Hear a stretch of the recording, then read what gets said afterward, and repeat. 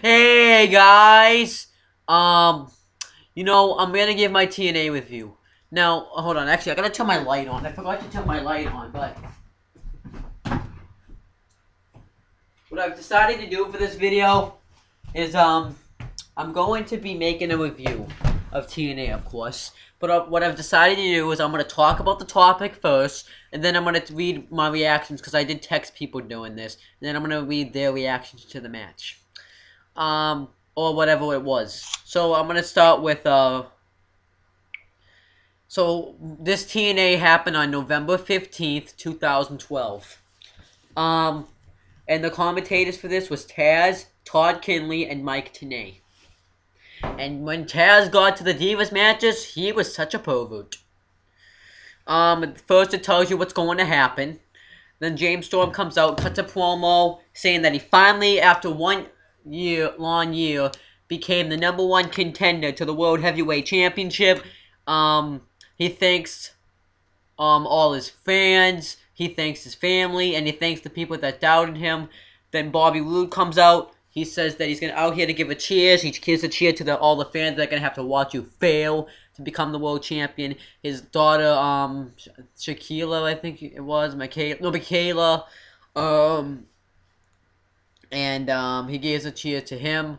Then James Storm balls around, punches Roode. He escapes. James Storm says that he wants to fight Bobby Roode tonight. Bobby Roode doesn't see a point of fighting him because he can't gain anything from it. But then he asks James Storm to put up the #1 contendership. He says, "No, I've worked way too hard for that." Bobby Roode then mentions that once Michaela turns 18, why don't you come step into like a hotel room and I'll show you what a real man does. Then James Storm's like, "You alright, Bobby? Alright, Bobby, you want the match? I accept." Let me see if I don't think I had any text for that. He didn't text him. I'm out of school.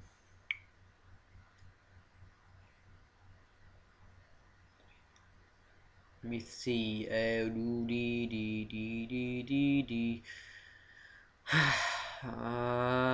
me see. Do I have any text for that? Oh, hold on.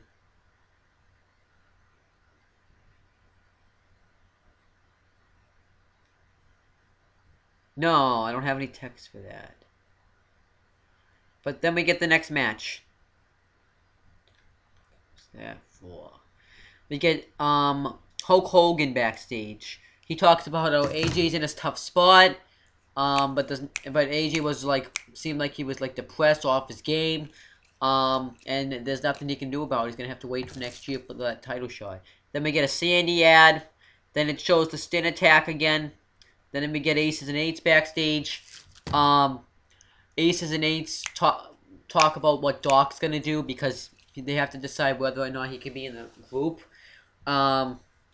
They say that you've shown us a lot of aggressive, but you haven't shown us enough yet, so give me a coat. They give him his coat. So then he gives him the coat, and then Doc and we find out that Doc and Devon are going to team up with Kurt Angle and a tag team partner of his choosing. We didn't talk during this match yet. There's no text from this match yet. Then we get Rob Van Dam defending the X Division Championship against Kid Cash. This wasn't a bad match. It was actually a pretty good X Division match. What ended up happening was, Kid Cash did a head scissors outside the ring. He did a flying over the top rope head scissors to RVD. He actually was really, yeah. I actually found out that they used to be a tag team in ECW, and he said that he's going to exploit a flaw in Rob Van Dam, and he still has this flaw. So yeah, I thought that was fine. But then, there was more. But then, what ends up happening is RVD does a little bit of comeback, Rolling Thunder. Then he hits the 5-star frog splash for the win. And I thought that, and retains the championship, and I thought that was fine. I think this is the one me and my friends started talking. So this is from these texts are from Tyler Nordgren. So I'm gonna read some from Joseph Hathaway too. He's one of my friends. He kind of got me into wrestling. He talked about RKO, Randy Orton, and I said he's good, and I told him to watch TNA, and then he said maybe, what time is it? I said it's on now, and then he told me he's watching this. Nice. And then I asked him if he knew what happened so far, if he wants me to text him what happened so far, and I did. So then I texted him my notepad. He asked me if the Raw Van Dam match happened yet, because I guess he thought I texted him the matches that haven't happened yet. I said all the matches I texted you happened, and then he said, who won, LVD? Then I said, yeah. Then I said, what? Then he asked me what the next match was, and I said, I don't know, but they didn't say. Oh, wait, okay, this is, alright, so now we get the next thing. We get Eric Young and ODB backstage. They talk, well, by the way, I couldn't review Turning Point this Sunday, because my laptop was being very funny with it. I missed the first two matches, I didn't want to bother. But LVD, but they talk about how they're happy to be back. He talks about, like, I guess the stuff he did in that TV show while he was gone, on Animal Planet. And then he says that he says that since imagine the celebration we got while we were gone. Imagine the celebration we're gonna get tonight. So then he says after I beat Jesse. So then that was it. Then we get Kurt Angle. Oh, we got Kurt Angle, Garrett Bischoff, and Wes Briscoe backstage. Kurt Angle says that he has to pick a tag team partner. Garrett wants him to pick him because Devon's his former tag team partner, and he stabbed him in the back as much as everybody else. Wes Briscoe, I think, just wants to wrestle. I think he just wants to wrestle. But Kurt picks Garrett. He says that he has bigger plans for Wes Briscoe. Who knows what it is? Actually, I think we actually do find out later tonight. Then we get Jesse with Taylor versus Eric Young with ODB. I didn't really get into this match. I didn't really care about this match. Eric Young's a wrestler, but these guys haven't wrestled in so long. Well, but Jesse isn't really it's just weird. I didn't really, these guys didn't really gel well together. What ends up happening, though, is, ODB and Taylor brawl around a little bit, but then Eric Young gets hurt, so then ODB comes to check on, Eric Young. Taylor ambushes ODB from behind, puts Eric Young in the win. Jesse gives him, the stunner, and then pins Eric Young and wins the match. That's all I can really say about that. I think they just get rid of the Knockouts Tag Team Championships, to be honest with you. I haven't seen anything done with those championships forever. They should have taken the championships off them when Eric Young disappeared. You know what the problem is, though? They don't have any fucking tag teams. Knockout tag teams to talk about. They really don't have any tag teams either, which I'll get to later. So that's the problem.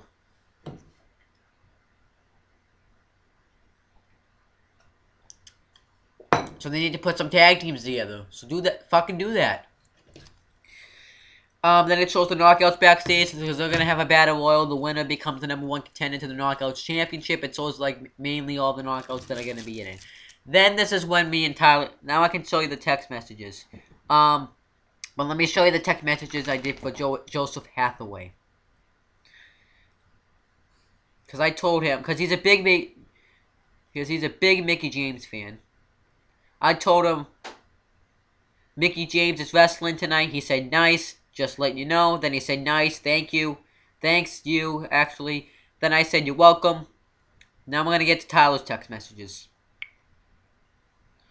Well, first I got to talk about this next thing first.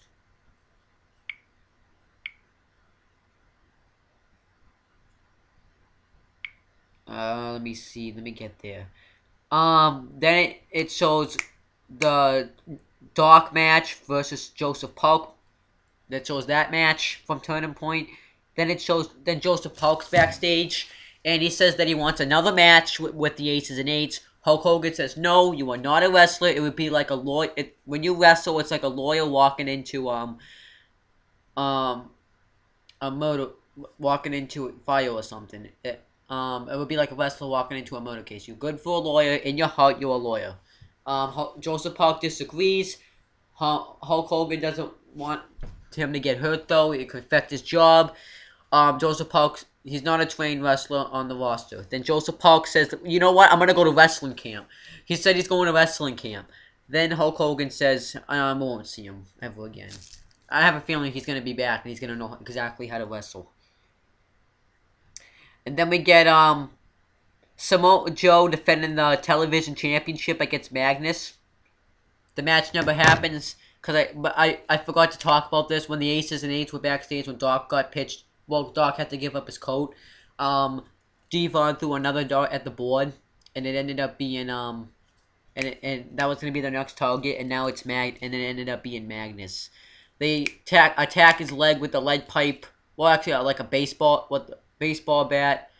Well, a pole beat hammer too. I don't know what it really was, but then Devon goes to hit him in the head, but Bully Ray comes out and makes the save. Then me and my friend Tyler Norgren did talk about this.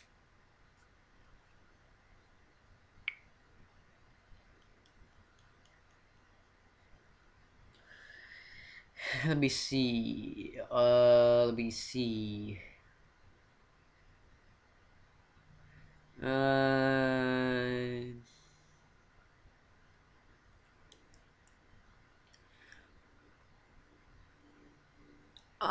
This is what, because he asked me what the next match is after the RVD match. I said, I don't know because they didn't say, but did you see what happened at Magnus? Then I said, yeah. Then he said, yeah, he got attacked. Then I said, what do you think about that? I asked him what he thought about that. He told me that it was unprovoked. And I actually don't know why he got attacked either. I don't know what Magnus has to do with all this. He agrees with me. He says, I know, man.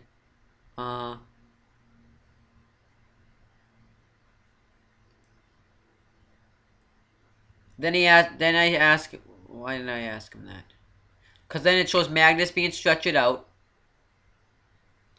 Then because it shows the ladder match from Sunday.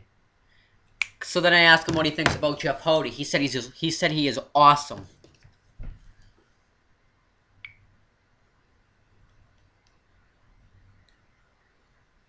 ABC. I want to see if he texted me anything else today. Then I said, yeah.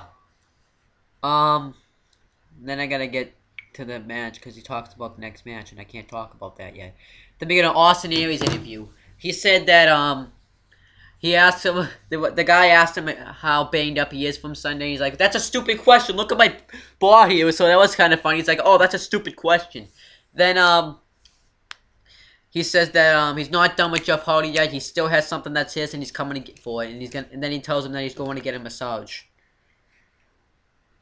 And then we get Garrett Bischoff and Kurt Angle versus the Aces and Eights. Now, this match I can talk about beforehand because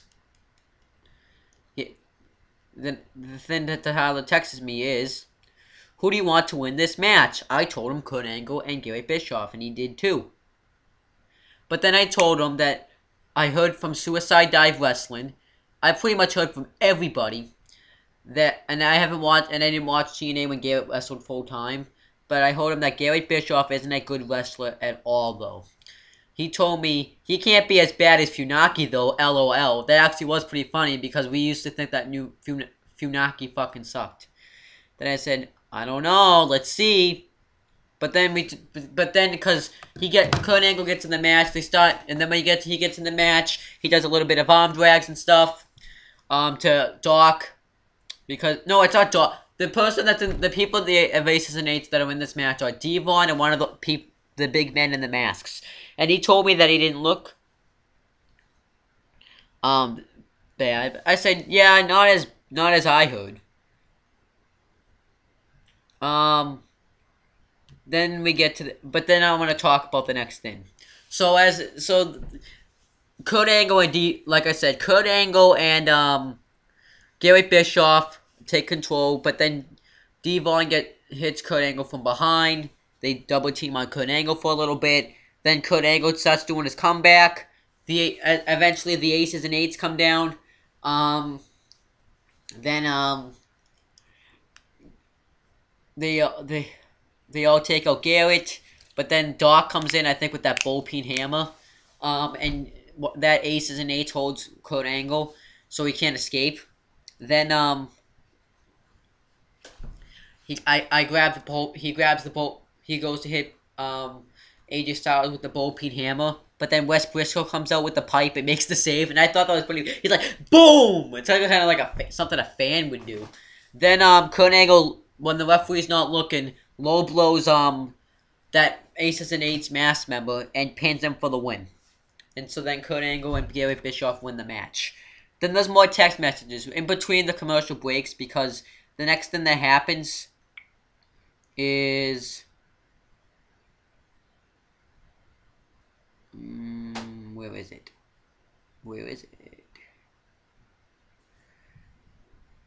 Then we get Taylor and Jesse backstage. This was weird because Bully Ray and Brooke Hogan were in there, and then it's like, oh, this is weird. So then Bully Ray leaves.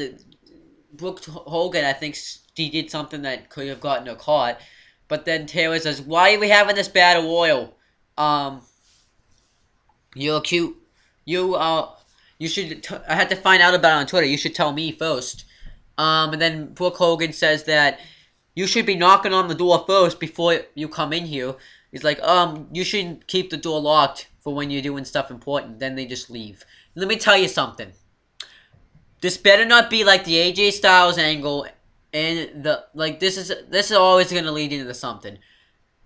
Bully Ray and Brooke Hogan might be in a relationship. Please don't make that into an angle. Like, are they in a relationship? Don't make that into an angle, because I don't give a fuck about those things. The reason why... I'm into the John Cena and AJ one more. Actually, I'm not even into that one, actually. I'm not into that stuff. AJ Styles I was only into because it was better than the stuff that WWE was doing. I still didn't really care much for it, but it was better than the stuff that WWE was doing. And so, yeah, that's pretty much my thoughts out right there.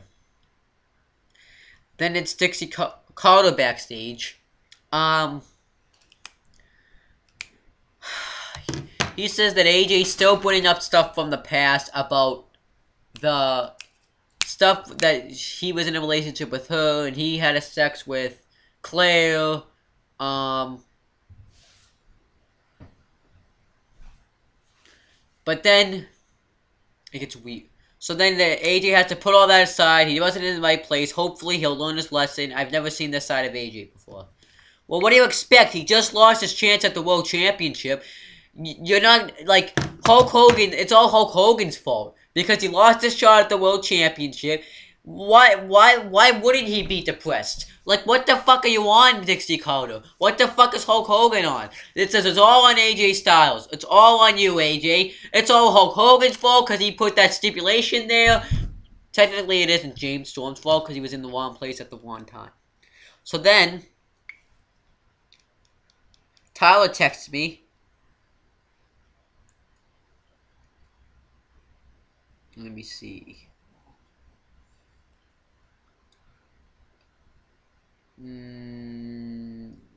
Do I like AJ Styles? And I told him I do. And then he says, yeah, he's cool. Then I tell him it's Battle Royal time. Yes, it is. I told it. I picked because the people that are in this match.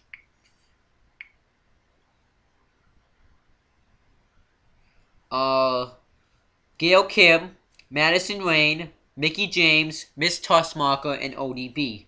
Then for the Battle Royal, winner becomes the #1 contender for the Knockouts Championship.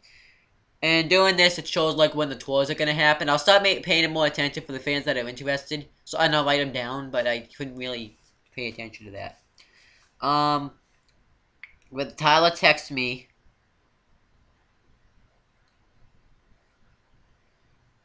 Let me see. I said that ODB was gonna win. Then he's like, nah, he doesn't like ODB because he doesn't like ODB. I told him that I know she's so gross. Then he's like, LOL, I am very right. Then I said I know. He picks Mickie James. Oh wait, hold on. I can't tell you that part yet. The Battle Royal was actually not that bad of a Battle Royal. So the first Miss Texmarker gets eliminated over the ropes when she's punching. I think it's Gail Kim in the corner. Miss Texmarker, no, ODB and Mickie James work together. Madison Rayne gets eliminated by getting beer spit in her face because she got her head bounced off ODB's vagina. Then Gail Kim eliminates ODB. And then Mickie James eliminates Gail Kim. And then they text me. So then I was actually surprised by that, but because of the feud that Mickie James and ODB and Taylor were having. So I'm actually pretty surprised by that. But then Tyler texted me that Mickie James won, and then I said that surprised me. Then I told him, not to me, Mickie James is a good diva wrestler. Yeah. Then I said, yeah, but I didn't want to say the reason. Then I think I got a text from, this is now from Joey.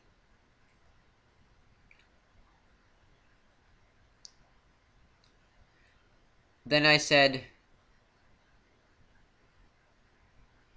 I told him that Mickie James is on. Then I said, I know, I'm watching her when they come back from commercial. I asked if he was watching it at all, but then he says, no, I've been watching football. And then I said, like A-H, But then he said, best in the world, Mickie James, because she won. And I said, that surprised me. Then I said, why? She good. Can't wait. And then he said, can't wait to December 7th to meet her. Yeah, I have a question. Oh, actually, I can't ask the question yet. Let me see. Then we get the next thing. We get James Storm interview. He's being interviewed about the Bobby Roode. He said he's going to put that shot on the line because he wants to beat the hell out of Bobby Roode, pretty much. Then it shows a TNA shop ad probably for Black Friday and stuff and for Christmas. Then we get Aces and Eights backstage again. They tell Doc not to let the door hit you on the way out. He goes to leave. Then I guess it was all a prank. So he's still in Aces and Eights. Then it shows the triple threat from Sunday. Then I'm gonna talk about this. So then we get AJ Styles speaks out. Now I'm gonna read the text messages building up to that. Hold on, I actually have to take this call. Hello? Hello? I'm just making a YouTube video right now about TNA. My parents told me you want to stay for 2 years. Yeah, tonight and tomorrow. Is that fine? Yeah, it's fine. Are you getting a ride here? I think so. Because my parents are both working. Alright, are we gonna watch SmackDown tonight? Sure. Alright. Can you give me what time do you think you'll get here? I'm not sure because my dad's still at work. Okay. But I'll ask when he gets here. I'll see you when you get here, man. Alright, bye. Just call me when you find out. Alright. Alright, see you in a little bit. Alright, bye. Now that call was legit. I actually didn't know he was going to call me eventually. But I didn't know when he was calling me. So I didn't know he was going to call me during this video. But yeah, I'll talk about the AJ Styles stuff.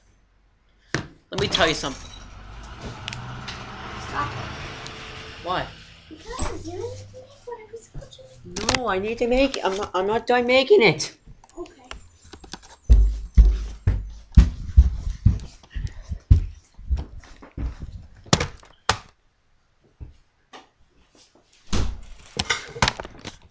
I'm gonna make it in my room now. So this is gonna be 2 sceneries. But yeah, let me get back to the AJ Styles stuff.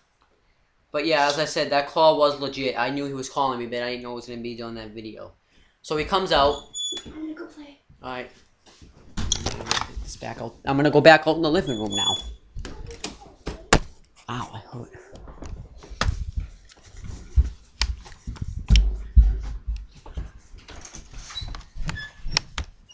Alright, so now I'm back in the... Oh, Precious just got out. Precious! You should look before you shut the door, Mary. Yeah,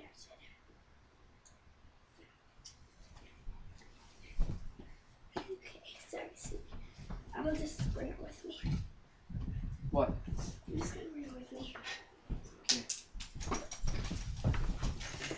Alright, so I'm gonna continue this.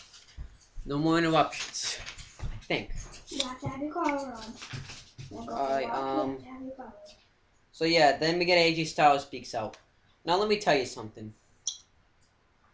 Well, I'm gonna talk about it first, then I'll give my reaction to it. So he comes out, and he's not happy. And I wouldn't be happy either. He said that he had to put up with all this stuff with the fact that he possibly had a relationship with Dixie Carter, the fact that he possibly had a baby with Claire Lynch, and then he has to deal with this, that he can't get a world championship match for a year, and he wasn't happy because the people didn't think. Actually, there were people that actually thought that he did this stuff, that he didn't think he was innocent. I would be mad too. Probably not as mad as I probably would be angrier than him. This could have been. Here's what my problem with this is. This could have been a heel turn, but then Christopher Daniels and Kazarian come out again. Are you shitting me? I mean, like I was really pissed off because I don't want to fucking see them again. I don't fucking care about that. So let me tell you something. Dixie Carter, so then Christopher Daniels comes out, says that AJ Styles has always been a failure, and he always will be a failure. AJ Styles says, in the record books, I beat you more than you beat me. So then he's like, yeah. So you have nothing to back it up. So then Christopher Daniels offers to do, so AJ Styles offers to do Christopher Daniels and AJ Styles one more time, and they do. And then that was it. Now I'm going to read the text messages. This one's going to be from Tyler first, because there's more to talk about with this. Like, we talked about this one a lot.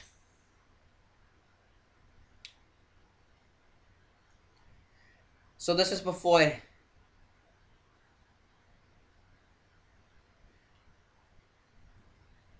He asked me what I think about this situation, that he can't compete for the title until... I told him that that's retarded. Then he agrees with me. And then I asked him why he thinks it's retarded. And he said, because everyone deserves another shot if they don't get it the first time. I don't know how I feel about that. Because, like, if you don't get... I don't want to think you should just get shot, then another shot, then another shot. You should have to earn up to it. I did say it was right. I did agree, because AJ Styles didn't get an opportunity all year. And I asked him, isn't it the reason wrestlers sign up to become wrestlers sometimes? They want to be world champion? He's like, yeah, it is. He actually agrees with that. And I asked why AJ should stick around, because what's the point of him having matches if he can't even get up to that standard anymore? He said that he should go to WWE. And I told him until Bound for Glory 2013. He told me that, yes, AJ deserves better than this. And I says, I know. Let me see. He does talk about it a little bit more, but I'll get to that later. Here's what I asked Joey about. I asked Joseph about this, though.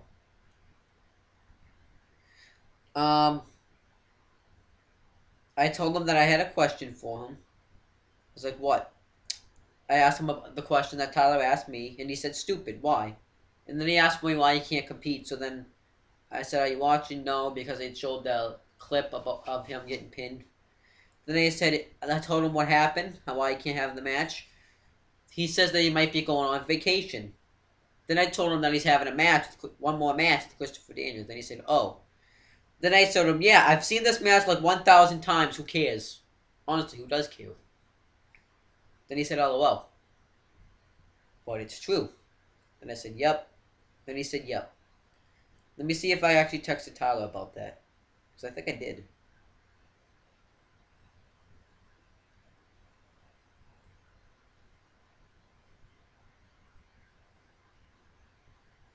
Let me see. I think I did. Oh no. I'll get to that later. We jump in that conversation. We talked about that conversation a lot, though.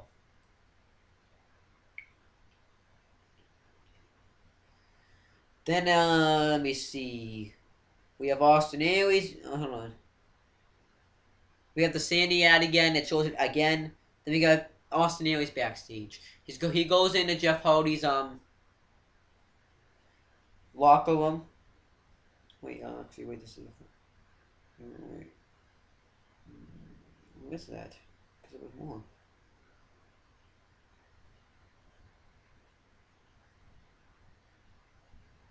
But I'm gonna talk about this Austin Aries situation twice. He goes backstage and talks to Jeff Hardy. He says that he's not done with Jeff Hardy yet. He still respects him. He's gonna let him rest up for tonight, but when he's ready, he's gonna come for those World Championship. He leaves. They do that Jeff Hardy bullshit again of him thinking in his mind when we can't fucking read his mind. I'm not even gonna talk about what he said because it's fucking pointless. And then we get an open fight night ad. I guess we hear that the gut check people are gonna be at open fight night, so I think that's fine. Everyone who won gut check's gonna be there. Then we get Kurt Angle gut cut. The gut check judges are backstage except for Taz and D'Lo Brown backstage. So let me tell you what happens there. He says, "What about Wes Briscoe for gut check?" He's the executive of Al Snow says it's a great idea. D'Lo Brown says it's a great idea. Taz thinks it's a great idea. Everyone but that business guy, Bruce Warden, I think his name is, thinks it's a good idea. Then we get the main event, Bobby Roode versus James Storm, #1 contenders match for the World Championship. This is sponsored by Nissan Series, and doing this, it shows the TNA shop ad again. I'm gonna read you the text messages I went before the match with Tyler.